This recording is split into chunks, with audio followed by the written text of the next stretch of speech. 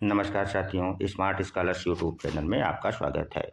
आज हम उन परिस्थितियों को जानेंगे जिन परिस्थितियों के कारण पाकिस्तान का जन्म होता है और महात्मा गांधी इन परिस्थितियों के कारण कैसे झुक जाते हैं और पाकिस्तान की मांग को स्वीकार कर लेते हैं।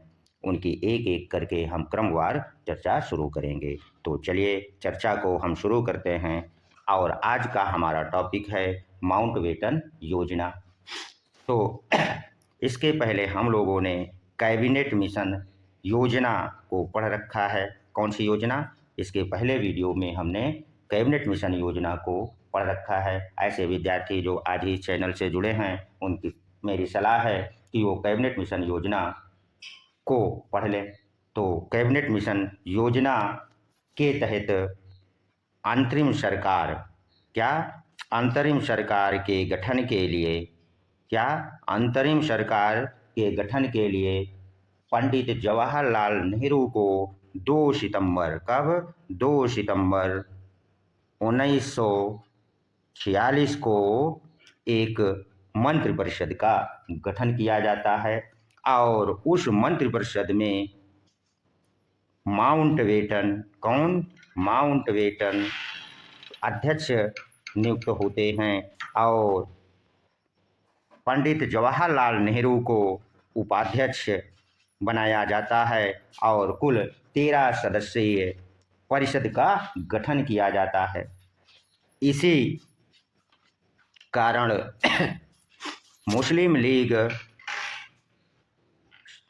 सरकार का गठन करने हेतु जवाहरलाल को आमंत्रित किए जाने के कारण रुष्ट होती है और प्रत्यक्ष कार्रवाई दिवस की घोषणा कर देती है। और ये जो प्रत्यक्ष कार्रवाई दिवस की घोषणा होती है यह भी जानना आपके लिए ज़रूरी हो जाता है कि कब होती है।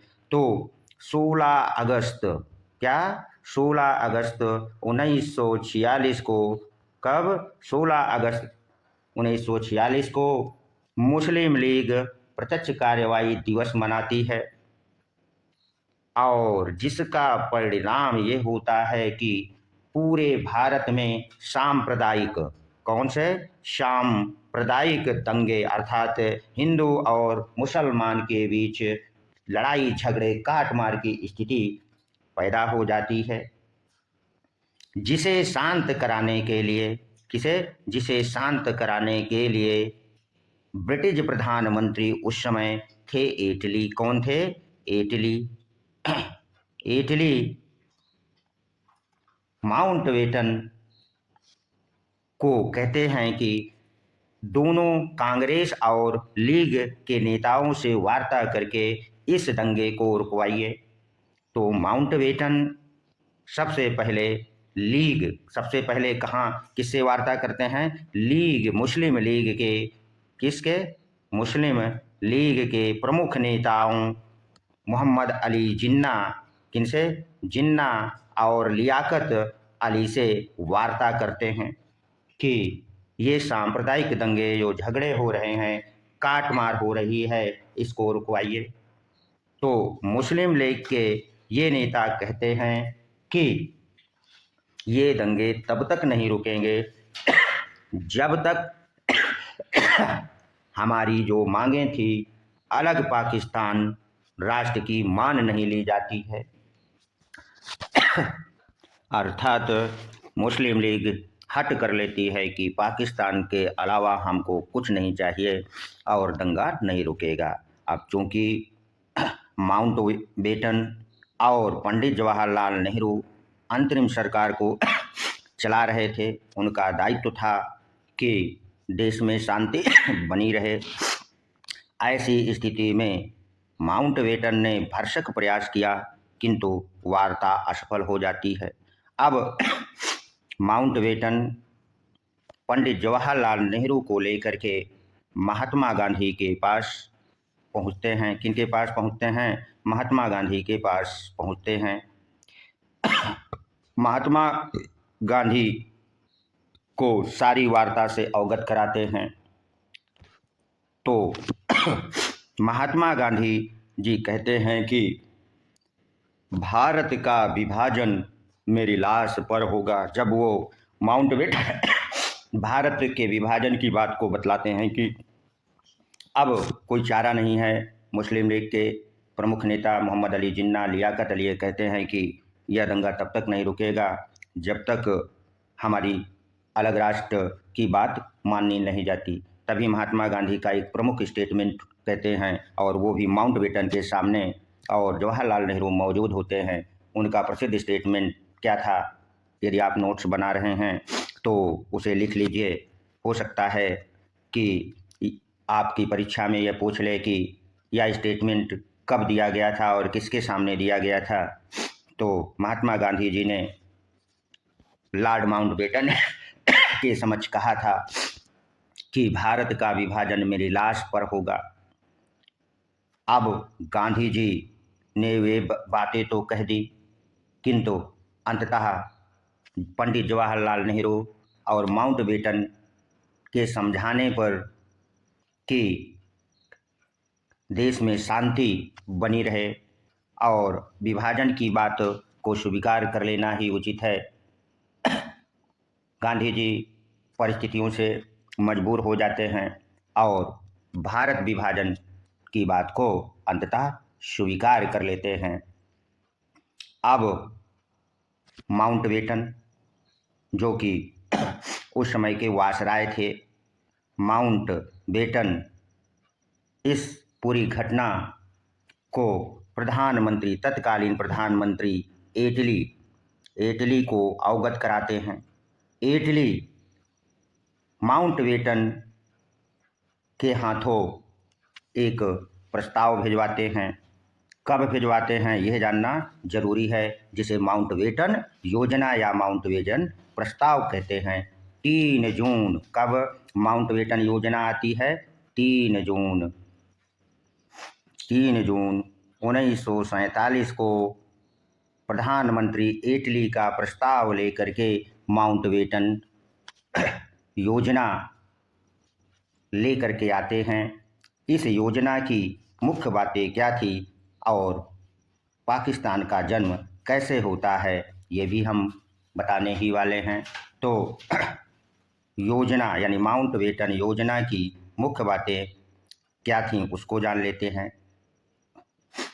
माउंटबेटन योजना जो 3 जून 1947 को एक प्रस्ताव लेकर के आए थे, उसकी प्रमुख बात या पहली बात ये थी कि ब्रिटिश भारत को, यानी भारत का वह क्षेत्र जो ब्रिटिशों के अधीन था, उसे 2 राष्ट्रों के मध्य, किसके? भारत और पाकिस्तान के मध्य विभाजित किया जाएगा। और दूसरी बात इस योजना की क्या थी उसको भी हम लोग समझ लेते हैं। इस योजना का दूसरा जो प्रमुख बात थी उसमें क्या कहा गया था, इसको जानना भी जरूरी है। और दूसरी बात ये थी कि पंजाब प्रांत और बंगाल 2 प्रांतों ऐसे थे जिनका निर्णय जनमत संग्रह द्वारा होना था कि वे भारत में विलय करेंगे या पाकिस्तान में। यानी कि पंजाब और बंगाल राष्ट्रों को ये छूट जनमत कराया गया और उस जनमत के आधार पर निर्णय होना था कि जो अलग राष्ट्र भारत और पाकिस्तान बनने वाले हैं वो किस में जाएंगे। तो यहाँ से मुझे लगता है कि प्रश्न बन सकता है कि पंजाब और बंगाल को किसके तहत भारत या पाकिस्तान में सम्मिलित किया गया, तो जनमत के द्वारा। तीसरी बात माउंटबेटन योजना की ये थी, उस प्रस्ताव में ये कहा गया था, तीसरी बात को में ये कहा गया कि जो देसी रियासतें हैं, क्या है? देसी रियासतें हैं, वे चाहें भारत में सम्मिलित हों और या पाकिस्तान में, इसके लिए उन्हें स्वतंत्रता होगी। इस तरह 3 जून 1947 को भारत का विभाजन 2 राष्ट्रों में किस योजना के तहत हो जाता है? माउंटबेटन योजना के तहत हो जाता है और एक नए राष्ट्र का जन्म हो जाता है। अगले टॉपिक में हम इसी बात को पढ़ने वाले हैं, वो है भारत स्वतंत्रता अधिनियम। उसमें पाकिस्तान और भारत को स्वतंत्रता अधिनियम जो ब्रिटिश संसद में पारित होता है, उसकी कौन कौन सी मुख्य बातें हैं चर्चा करेंगे। यदि यह वीडियो अच्छा लगा है तो उसे सब्सक्राइब कर दें और लाइक कर दें। अधिक से अधिक छात्रों को इसे शेयर कर दें ताकि यदि वो टीजीटी, पीजीटी व असिस्टेंट प्रोफेसर परीक्षा की तैयारी राजनीति विज्ञान को लेकर कर रहे हैं तो अधिक से अधिक फायदा हो पाए, यही हमारा उद्देश्य है। धन्यवाद। मिलते हैं अगले वीडियो में। भारत स्वतंत्रता अधिनियम क्या था और कब पारित हुआ, इस पर चर्चा करेंगे।